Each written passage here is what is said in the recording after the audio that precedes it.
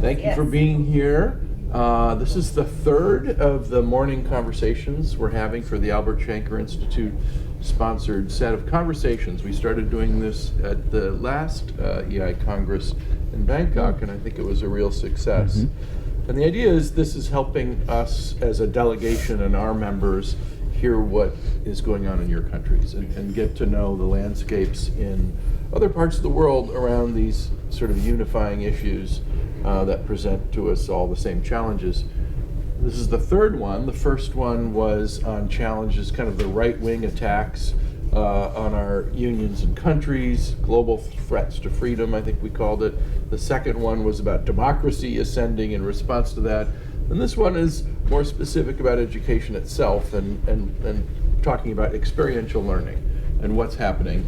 It's a big push we're trying to do in the AFT in the United States as part of our real solutions for a better world. We, like many countries, got subject to extreme standardized testing mania throughout my career as a high school English teacher.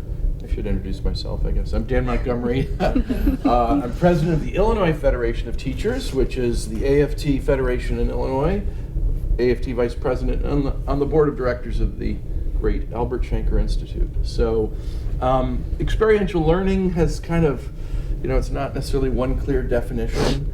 I always say, like, if you've ever tried to put together an IKEA piece of furniture, you know what experiential learning is. Yeah.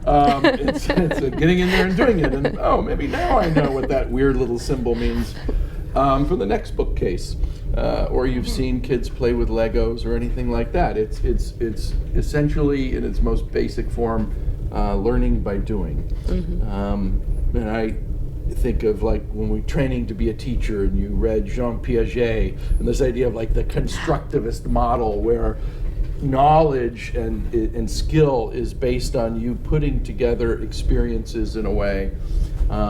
So we have examples in the States, and I think I would say it's growing in its use and interest, especially in response for us to standardized testing and rote learning, and school districts so afraid of test scores and school report cards that they say we're going to have these canned curricula that come in and expect our teachers to teach off the page and things like that.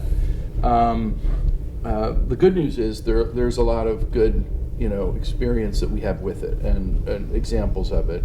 And we think often of CTE, what we call CTE, or vocational education.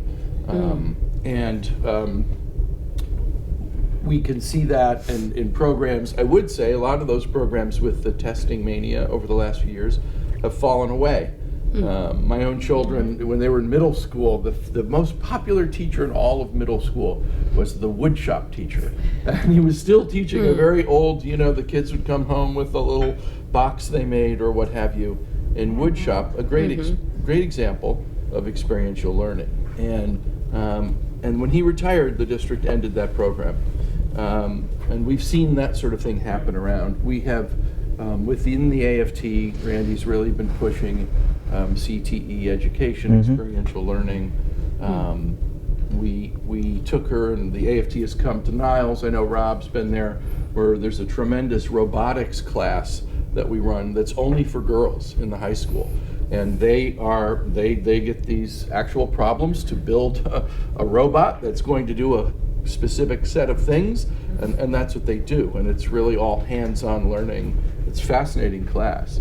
And then on the other end of the spectrum, you have what we call our Bridges program, which is for developmentally disabled kids who are sort of graduating out of the high school, and up until age 23, they're in this program that helps train them to go out in the world and work. And experiential learning, there's a Target store, which is like a big box store, a mini Target in the school.